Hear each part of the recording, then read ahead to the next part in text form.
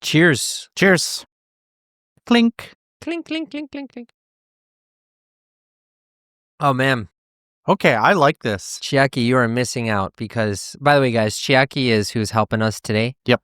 Masa is currently somewhere. Where is Philippines? Philippines. He's in the Philippines. Yeah. Where's the Philippines? It's in the ocean. North Africa. I don't know. Yes, that's definitely correct. I am an American. That's American geography for you. It's somewhere in a foreign land. Yeah. Where is it? It's somewhere outside of America, maybe by Maine. You know. Is Maine not part of America? No, but Maine's kind of like the tippy toe of America. So like anything beyond that is like no man's land. Yeah. You know. But so Chiaki brought us to sake and she's helping us. So Chiaki, this is really great. Are you sure you don't want any? 本当にいらないの? Okay. It's really good because it's got a little bit of like a kind of champagne like taste. Yeah, I wanted to read the front of the label, but the label is so like what does this label make you think of? Fruit. Really? Yeah. I'm thinking this, to me, this looks almost like Native American desert symbols. Like, you know, they used to draw symbols in the desert or whatever. Sure. Like the Navajo, whatever it was called. Yeah. That's what it makes me think of. But Navajo sake. Navajo sake, yeah. Developed by the Navajo Indians from traditions over thousands of years. No, I was trying to look at the name of this one and I can't read it. It says here like Ubus. What about here? Busuna? No, this just says the type. This is what's the little tag say? It says kizake. So this is okay. It's kizake. It's made from Yamada Nishiki. Whenever I see Nishiki, I always think of Nishikori, but that's the wrong one. But Nino-san. Arthur, don't really talk about the sake for too long. That's not the theme of the episode. That's what everyone on the Uconnect channel says, but the people on the Austin Arthur show like us talking about it. I know. So I'm going to say this. But anyways. I like talking about sake. Yeah, it's really good. So, this is nice. So I just want to remind you guys, so we actually have a send us sake link in below this video. Yep. And if you're listening on podcast, it's in the description box. Absolutely. But we're looking for good sake. This is really good. It doesn't have to be expensive, but ideally what I want to try is I want to try like the sake from your hometown. So minasan no majizake. Yes, please. Great. Yeah. Or if you want to just send us your favorite konbini sake. That's great too. I really like the ones in like the can glass. The Salaryman 1 cups. Yeah, the 1 cups. Oh, those are great. Those are good, huh? Yeah, they're great if you just want to forget your life. Anyway, but we're not talking about sake mainly today. Yeah. What are we talking about today? Starts with an M, I think. Are we not doing the test first? Oh, we can talk about that first if you want. I thought we were going to talk about MBTI stuff. Oh, okay. No. That's what I was thinking. Oh, yeah. So yeah, the MBTI. Yeah, starts with M and then BTI. Sure. Sure. Okay, dude. Okay. Yeah. Go start us off. I was actually just going to ask you a question of why did you want to talk about this? Or so I wanted to talk about this because it's like it constantly surprises me why people value it so much. Yeah. Here in Japan. In Japan, like, especially recently. Yes, yeah. So just to give like a little bit of backstory, I've taken this test 3 times in my life. The first time I took it was when I was in junior high, so it's like, I don't know, like 20 years ago. Yeah. Right? 20 something. Anyways, I took it when I was junior high, and I think the test existed before then, but I think it's like it came out like the 80s or something. Yeah, right? It's like there was just like a wave at the time that it's like it became popular for like junior high kids. Yeah. And so I took the test. The second time I took the test was when I was in college, so about like 15 years ago. And I was taking like some social science class, and they were like trying to figure out what the test was and whether it's legit or not. And then I took the test one more time, like I think like 3 or 4 years ago, just because some students of mine here in Japan were just like, "Oh, this is really big," and you know, Austin or Mr. Miller, you should take this test. And it's like, okay. I thought your last name was Powers. It is Mr. Powers. Mr. Powers. Yeah, it totally is. But yeah, so every single time my profile's been different. Yeah. And so I don't know. I kind of look at it like it all just seems like a bunch of nonsense to me, but people take it really seriously. Like I'll give you an example. I know I'm talking a lot and you want to say something, but let me just finish my thought. I'm sorry, man. Do I really see that desperate? I'll just wait. You just let me talk. Anyways, so I'll give you an example is at my previous school, and this is not the first time I've seen this. I've seen this in a few other places.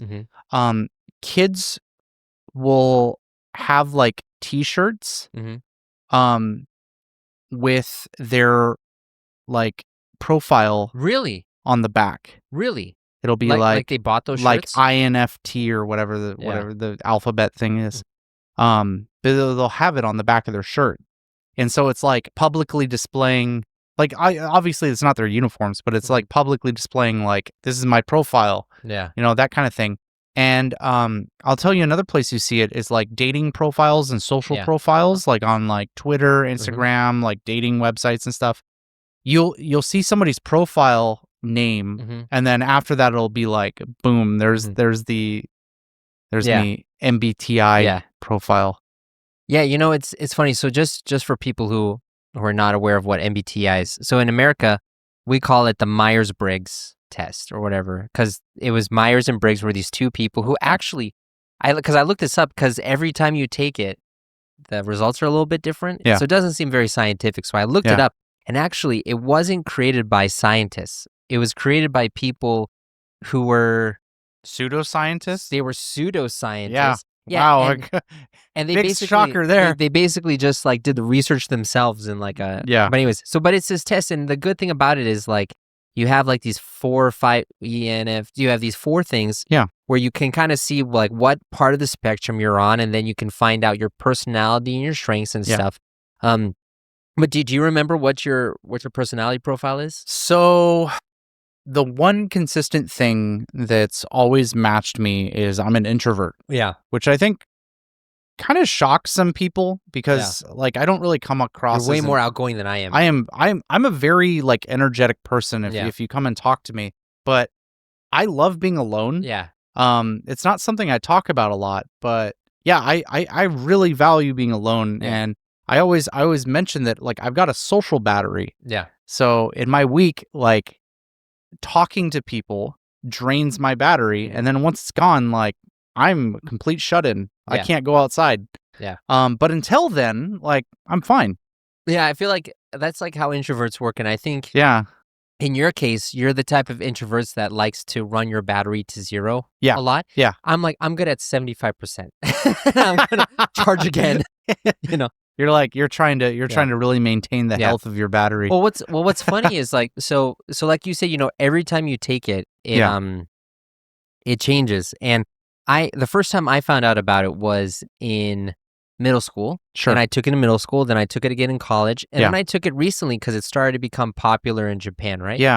And it changed every time, but I saw that there were actually like patterns or commonalities between them. So just to tell you, so the first time I ever took the test, I was an INTJ. I remember because I used to say, "Oh, I'm an integer. I'm an integer." INTJ. You're such a nerd, man. Dude, my God. I had no friends. My only friend... I wonder why. My only friend was Legend of Zelda, Mr. Bully. Shut up. Yeah.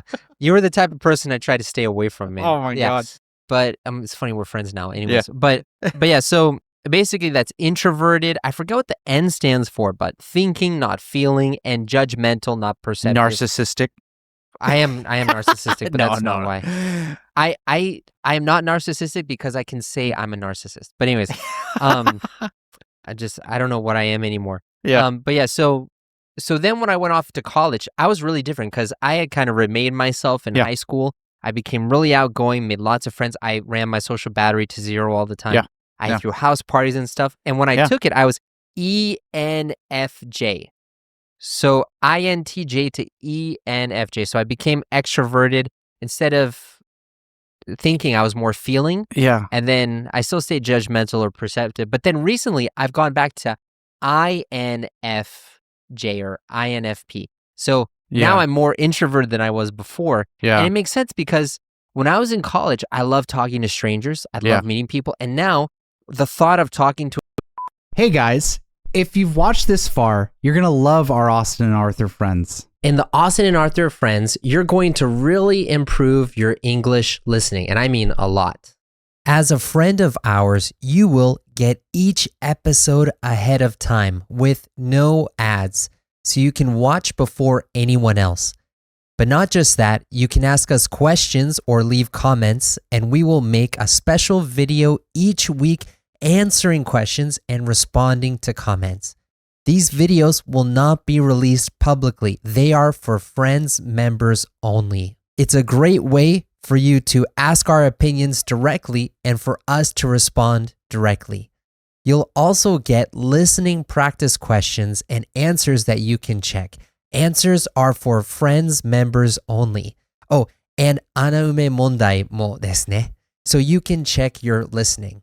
But not just that, for each episode, you'll get a list of native phrases we said from the video, along with practice sentences and pronunciation practice to help your speaking as well. You'll also get access to a members-only community where you can talk with us, the both of us.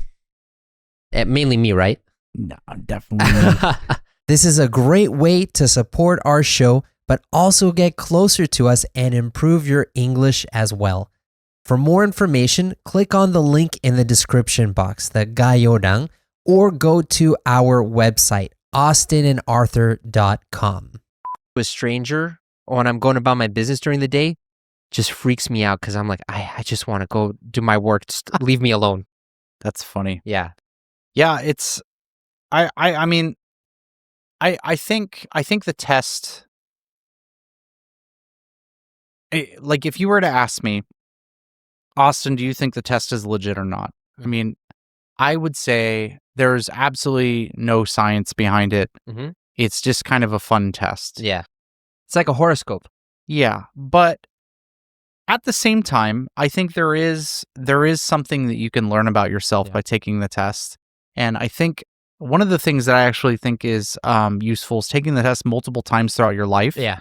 If this is something that you're interested in, because I think it shows how you've grown as a person. Mm-hmm. So, like you were mentioning, how you kind of like started as an introvert, kind of moved into an extrovert, and kind of like reverted back into an introvert. Mm-hmm. I have to sneeze. It's okay. You can seize off camera. Oh, I'm gonna get. That's the second time I've come to record a video and we got sneeze. That's our product placement. That was an aggressive throwing. Yeah. Here, we have our new sponsor, Kleenex. Can I tell you the place where you get the tissue because it's the only freaking brand. Is there another brand for like a tissue? No. Yeah. No Kleenex. No. Buy some because you don't have a choice. Dude, stop that before Kleenex like takes down this video. No, but I got to tell you something really funny. So one time when I was filming my videos on my UConnect channel, I had my desk. So I had my rectangular desk and I was sitting along the side of it so you could see the back part of it. Yeah. And I forgot to move the Kleenex box from it. So I'm just like teaching video and there's a Kleenex box right there. No, but what I was surprised was how many people commented on it and how many people asked me about it. Like, Arthur, why is there a Kleenex box in your background now? You normally don't have one. Do you just really like Kleenex? Were you sponsored or something? Like, that is like deep autism levels of observation. Well, I don't know about that. No, I didn't say that. It was the other people. I wasn't implying you. I mean, your sister already thinks I'm your autistic friend, so I'm just like, oh, that's so sweet. Do you need like a little helmet? Oh man. Okay, we'll do this. Anyways, but yeah, so Kleenex aside. But here's the thing. So we've been talking about this Myers-Briggs test, but why are we talking about this on our channel, which is about life in Japan? Well, so the reason why is because I think these kind of little social tests just really, really catch on here in Japan. Mm-hmm. Like I'll give you another example that kind of has like the same vibe as the MBTI test is the blood types. Blood types, yeah. Yeah, blood types here in Japan. Dude, when a girl asks you what your blood type is, yeah. I don't know. Like I know my blood type because of the military, but most Americans I think don't know their blood type. I don't know my blood type. Exactly. I don't think like I think the only Americans, if you were to talk to every single American in America, every American, every single American in America, every American in America, if you were to talk to them, I'm just going to go off the top of my head. The people who probably know their blood type are military and medical personnel. Yeah, right. Yeah, right. For sure. Medical, just because it's like it's your profession, and military because you have to. It's literally written on your boot. So yeah, it's funny because Chiaki, right? So she said to me like, I told her I don't know my blood type. She's like, Arthur, if you have an accident, you're gonna die. And it's funny because when you think about it, the ability to tell your blood type right then and there, is quite useful. But the reason why Japanese people know their blood types isn't because of the medical necessity of it. It's because it's like a personality test thing. Yeah. I don't want you to spill, Mr. Spiller, except for that one time I spilled big time. It's true, folks. Yeah. It was recorded on video. It was recorded. You probably edited it out. I did not, but good. I forgot which episode it was in. So did I. But it was recent. But it's funny you said that because another thing too is like, so in Japan, people really care about horoscopes. But what shocked me when I first got here was it's not so much the Chinese zodiac, it's the Greek zodiac, the Western zodiac that people really care about here. Like even on the news, on the news when they do the horoscope, it's always the Western zodiac that they put out. Why is that? I wonder. Yeah, Chiaki, why is that? Why do people care about the Seiza and not the Eto? Any ideas? 間違えてもいいよ.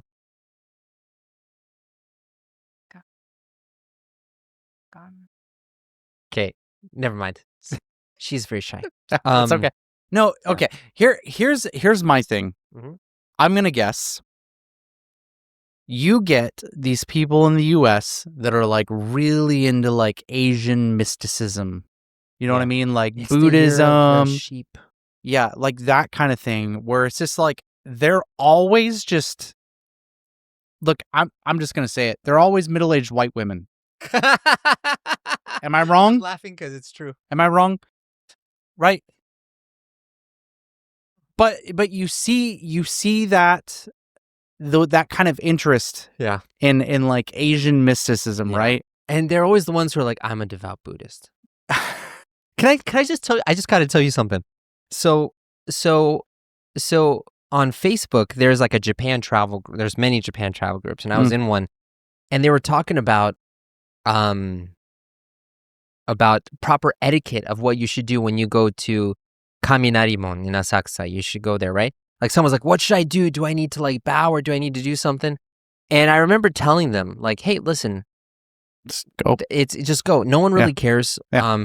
With a Japanese like shrine, Shinto shrine, it's a little bit different. But like a Buddhist temple, it's much more free form, And like you don't have to think that much. And then I got a Karen in the comments being like, Arthur, they just want to be respectful. Some of us want to be respectful to the Buddha. I'm like, dude, most Japanese people don't even care about Buddhism so much. It's just a habit thing. She's like, well, some of us do. And I looked, it was a middle-aged white woman. Dude, I'm a Buddhist. Oh my God, man. You just triggered like a memory that's been long since gone. Please, I want to hear because like I went with my wife and daughter, I think for Hatsumode either last year or the year before. Yeah. And we went to Asakusa and we went to Kaminarimon just because. Ah, man. You never want to do that. So it was super crowded. Yeah. But while I was there was this drunk TV crew. TV crew? I'm literally not making this up. There was a drunk TV crew, as in the entire crew was drunk.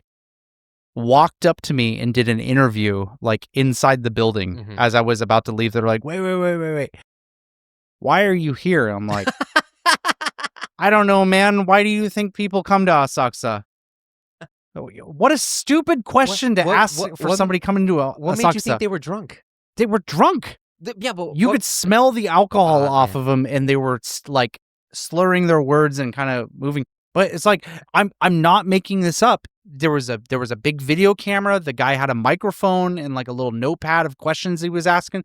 I have no idea what TV station. Yeah. If maybe they didn't even have a TV station and they just really like carrying around movie cameras, or they forgot to record it or something. Probably. Yeah. But it was just such a like random event.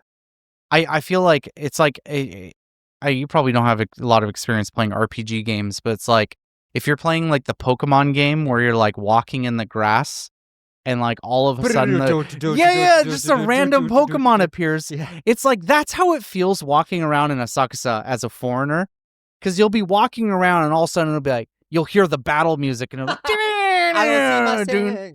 random interviewer appears. White person, what do you think about working here or visiting Asakusa? Yeah. Wow, that's interesting. Why did you come to Japan? It's like, I don't know. Sushi's great. Dude, I remember one time I was like, so I used to have events with some of my students in Kabukicho, because there's actually the hub in Kabukicho. Well, the original hub in Kabukicho has this really large table. It's actually quite spacious, so it's great for get-togethers. But so I was walking there, and this news reporter stops me, and it's like, "Oh, sorry, can I ask you questions?" It's like, yeah, sure. Right? And what they did is they had me try 2 flavors of umaibo and ask me like what. Do you know what umaibo is? No. Okay, I'm gonna pull this up. So Chiaki, don't do this yet. I'll tell you when it's okay, because I have a picture of my son up here. He's so cute. Okay. So I hope. Okay, I'm glad. I probably know what this is. Yeah. Okay. Can you pull this up? Oh, these things. Oh, yeah, these things that are like 5 cents, 10 cents. It tastes like you're just eating styrofoam. You're eating flavored styrofoam. Yeah, dude. That's what it is. It's, it's flavored styrofoam made of corn. But yeah, so like I said, we have 2 flavors. Can you try this? And then I was like, okay, sure. Like, which one do you like more? It's like, this one. Like, okay, thank you. Bye-bye. This went to my random encounter has fled the battle. Oh my god. Yeah. But we're talking about we're supposed to be talking about MBTI. MBTI tests. Yeah. So one thing though I thought was interesting though is because you know, in UConnect in my English school we have a program where I teach people how to use HelloTalk to make friends online. Yeah. And so I'm on HelloTalk, and these past like couple years, MBTI has like taken over, where everyone has it in their profiles. It's crazy, right? And they're posting like, I found my MBTI personality profile. I'm an INFJ. Can I find other INFJ peoples? And I was just like, why? Like, it's funny because like I did that stuff wait a second. No, 20 years ago. I did that stuff 20 years ago. You know what it actually reminds me of? What? I'll tell you what it actually reminds me of, and this is going to be a quick nostalgia trip. And I don't know, maybe this wasn't your part of your thing. Yeah. But back in the day of MySpace, you used to have these like community bulletins where it's like basically anybody on your friends list, you could see like any like bulletin they made, and people would constantly make these bulletins like, which Twilight vampire group are you part of? Or which Jedi, are you a Jedi or are you a Sith? And it's like all these just stupid little like quizzes. Yeah. And it used to be a big deal like when I was younger, and then I was really into them. I would constantly do them. And then so I was friends with my brother on MySpace. My brother's 10 years older than me. Yeah. And I remember my brother construction site. Yeah. I remember I was probably like 13 or 14, so that would make my brother like around 24. And then I remember my brother sent me a message on MySpace one day and was like, "Can you just fucking stop? I am sick and tired of seeing these stupid quizzes. Stop." I don't know why. Like that was literally his message. And like it just clicked in my head like, oh, okay. Yeah. I won't do them anymore. Yeah.